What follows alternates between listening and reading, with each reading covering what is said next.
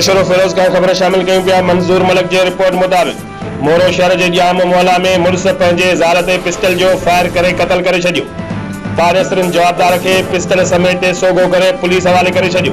Health worker मुस्मात Shams निसा सियाल खे पंहिंजे मुड़स गुलाम मुर्तज़ा उर्फ पहलवान सियाल पिस्टल जो फायर करे क़त्ल कयो आहे। पुलिस असांजी अमर मथा कुछ ॾींहं अॻु शुरुनि जा वार पिणु कया ऐं सख़्त ज़ख़्मी करे फरार थी वियो हो। 20 ॾींहं नवाबशाह में इलाज करण बैदि कुछ बहितर थियण बैदि घर पहुता आहियूं त अॼु अची पिस्टल जो फायर कयो आहे।